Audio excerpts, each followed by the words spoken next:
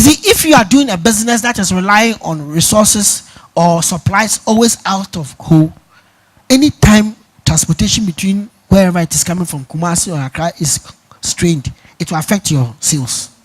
And I think some businesses that have run down in here just because everything was coming from outside.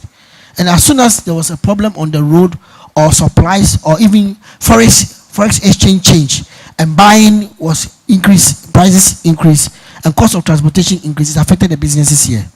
So we try as much as possible not to rely on external resources. Otherwise, especially those who are external to the locality, otherwise your business plan has to be foolproof. Either you have your own car, you have your own road, or you have your own means of bringing the things here. It will increase your costs in doing everything here. Okay.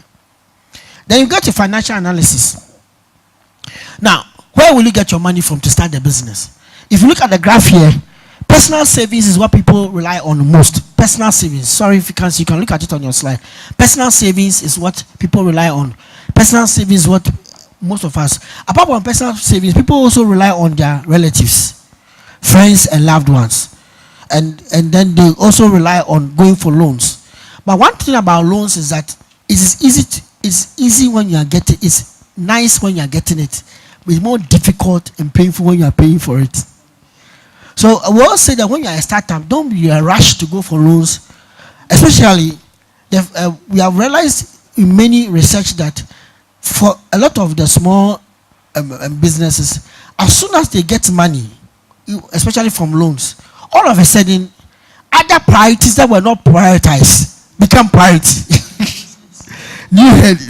Things that you didn't think about show up and start looking like they are important. So if you're not very careful, you end up using the money that you borrowed for something that you didn't need. And by the time you realize, you end up having to pay for the money back, but you have not still acquired the resources or acquired the equipment that you wanted the money to be used for. So you always want to be very careful when you are going for loans. Otherwise, you run yourself out of business. Because paying for it may become a difficulty for you. Then you have to think about your organizational and management assessment. Who is going to be the managing director? How are you going to do your organogram? Who will be at the head? Who will be the manager for marketing, finance, operations, your HR? Now, at the young stage of your concept or your idea, some of this hierarchy may not be important. But you have to be careful. If you become the person doing everything, at the beginning it's good. You control money. You are the finance manager. You are the accountant. You are the one who hires people. You are the one who fires people. You are the one who is even doing the selling. One man for everything. The day you are ill, everything can come down. So you have to start thinking about a structure that can allow you to generate value even if you are not there. That makes you a very good and smart entrepreneur. How do you generate value even if I'm not there? But it comes to a trust and training. If you don't trust the people you are working with, then I don't think you should go. That's why sometimes people bring their relatives. But a relative who has not earned the experience of managing your business and have not proven himself will run your business down. He will just think that it's a gift and he will gift it away. Oh, it's true. And that is more difficult for you to do much about it, because when you want to fire him, then the relatives will talk that you are not good. If you don't give him a job, they'll talk that you are not good. So when you are bringing relatives in to manage your firm or manage your concept and run it for you, you want to be very, very, very careful. Because sometimes people find it very difficult to differentiate between the work and then the fact that he's your relative or brother or sister. If the person is not doing the thing well, you need to fire the person. This one is our brother. We started with him. We can't do anything about it. We have to keep him around. But the business is not going, the idea is not starting up, it's not going well, and you are still trying to manage the person around. The person will manage your business to debt. Whilst you are trying to manage his life, you manage your business to debt, and after that, sometimes you'll be in trouble. So please be very careful when you are bringing people in. And like Dr. Brady said earlier, you need to understand what roles are they playing. Are they going to be full-time, part-time, casual?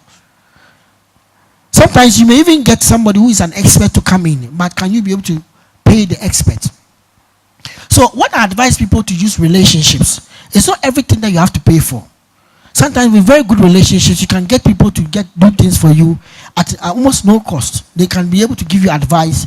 And the next thing for you to do is to also do your own reading and research. Taking advantage of the internet to do a lot of research and reading and doing your own back, like you are taking advantage of coming to a program like this. Sometimes somebody can teach you one thing that can solve a lot of the problems in your own company. They are rather hiring a new person to come and do it for you. Good. And another thing you can also do is to make sure that every contract that you are signing with somebody is legal. You see, if you are investing in somebody's education, so the person should work for you free. If you don't write it on paper and yet say I'm paying school fees, so the person is evidence. One more, you say that there's no evidence that you pay the school fees. Yes, you have got your name on it, but he's not contracted by any document. Let the person sign a document that for this amount of school fees I'm paying for you, you work for me for 5 years or 3 years or 2 years. If that's a relationship you are trying to establish with that person. Sometimes we let everything go. Oh, what I've done for you, he will also know that out of goodwill, he will do it. Goodwill is not money. When it comes to issues like this, goodwill can be given to you at a time the person thinks he wants to give to you, when you need it. So you also want to be very careful about that, because at that time you may do something for somebody when you need help from the person. Say, oh, things are not good. Come, I know you are helping, but come back next week. Come back next week, and next week will be next week, and next week, and next week, and nothing will be done about it. So please, let's establish better contractual or legal agreements with people who we are investing into, so that we build their skill. Now, one thing a friend told me is that challenges in managing schools. You have take a teacher, you take him for training. When he comes back, then he leaves your school and go to another school which is higher than yours. So will you take the teachers to training? They said they won't train anymore. No, I'm talking about private schools, because they take somebody maybe who just came from SS or teacher training and train the person, taking the person to other places to get some professional courses onto the person. Even when they take the person to a university to do a course, the person has finished, said, oh, now I am better to work in a bank, or no, even sometimes you go to work in another university, a school or a secondary school which is better than yours, and tell me the cost, I can pay it. It is not the fact that of the, you see, the money is not what you are thinking about, because the money is gone. If you spend 2,000, the value of 2,000 at the time you took the person to school is not the value of 2,000 now. Even the person even pays you 4,000. There's a reason why you are bringing the person back, because you have a future value which is higher than that 4,000 you are valuing now, but you have lost it. And because of that, sometimes certain entrepreneurs find it very difficult.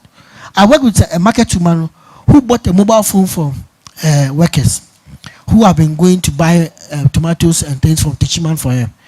And after they got a mobile phone, then they started calling other market women in the shop, in the same market, whilst if they are on the field, that we are bringing this, we arrange some for you, so that we will meet you here and give it to you. You have sent her for this one, then she's using the phone to do other businesses. Yeah, you can't do it. It's the phone, you are buying the credit on the phone. So some of these things you need to be very careful when you're investing in your staff, and whether you have got a better arrangement with them to protect yourself. Now, two things I really want to show. There are a number of ways of looking at how your business can be run, but I want to just take us through two things. The first one is payback analysis. In case you invest in your company, how can you be able to assess how much, when will you get your money back? For example, if a company invests 300,000 in a new production line, that you need to do a new product, and you build a small maybe factory, a line of processes to be able to produce the product, maybe it costs you 300,000, and if the thing gives you a positive cash flow of about 100,000 every particular year, it means that you can recoup your money in 3 years. So payback analysis is very easy. You look at the value that you have invested in the particular product, service, or particular activity. Then you check how much will it give you return every year. When you divide it, you can be able to get your payback period, and you can be able to know that your payback period is either 3 years or 2 years. Now, remember that this positive cash flow is an estimation you have. A lot of things can happen. The 100,000 may not be realized. Inflation can happen. So the time you invested 300,000, maybe you were buying some supplies, and you thought you would make 100,000, but because the supply prices have changed, now you are making less than that. It could actually happen to you. Now, the next one is the return on investment. Now, let's take an example. You purchase a house for 70, like a house for your project, or you purchase it for 75,000, but then because you are using it, most of us like buy maybe dilapidated houses and then we renovate it and use it for our business. So let's say that you buy it for 75,000 and then you do renovations for 35,000. After sales and expenses and commission, you netted around 160,000. That's if you sell the renovated house later. Now, your net profit is actually 50,000 because you are now separating 160,000 from these two. When you add 75 and 35, you get 110. If you separate it from 160, you get 50,000. That is your profit. Because when you bought the 75, you now spend another 35,000 on the building to bring it up to standard. Now, after using it for some time, you now want to sell the building. You sell the building for 160,000. Your profit on the building is now what? Only 50,000. However, your total investment on the building now is that 75,000 and then the 35,000. That's what I spent. That's 110. If I want to look at the return I got from it, I have to just divide my net profit over my divided by my total investment and as a percentage. That will give me how much I'm actually getting in terms of return on investment. My return is just 45,000. I invested 75,000 to buy the house, 35,000 for renovation. I'm getting only 45,000 as my return on that investment. Now, let me give another scenario. Most of us like to do business. So let's say that you are, please your name. Akoto. Akoto wants to start. I hope you have heard about Uber business. Uber, that taxi, yeah. So you buy a car for 20,000 Ghana cedis and you put it in Uber. Uber gives you 4,000 a month. Do you understand what I'm trying to say? Okay. So Uber gives you 4,000 a month, and then you pay the driver 500. So it's actually you're getting 3,500, and you put another 500 for repairs. So you're actually netting 3,000. How many months will you be able to get back your 20,000 back? 20,000 divided by what? No, 20,000 divided by what? Your 3,000.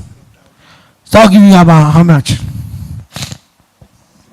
Like in about 6.5 months, in about 7 months, you make 21,000, and that will give you your money back. Is that not true? Good. But you know that because of the dollar rate, by the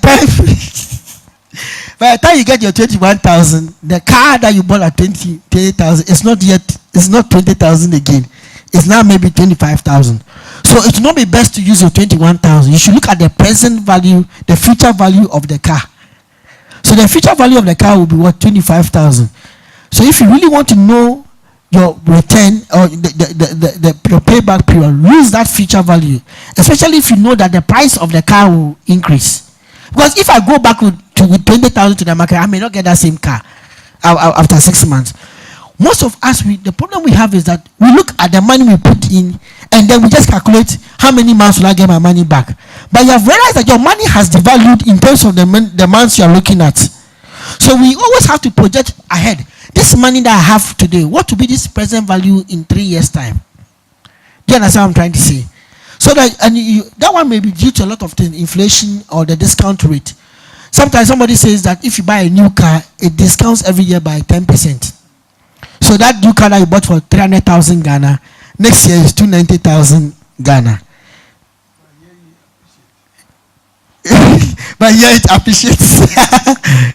No, if as a new car, it will not sell at that same 300. But if you are using it as a used car, your car will be better than some of the used cars on the market. So if we are doing any calculation concerning any investment of ours, don't just think about the money that you put in today. That money that you are losing today and you're putting into the business, what is this future value of that money? And ask yourself that how much times do you have to sell to be able to get that future value? That will give you an idea of the actual value of the money and then whether your business is very profitable. Because if you get your 20,000 back from the Uber business, you can't buy that same car. Maybe in a year's time, you can still buy that same car. But people don't look into these issues.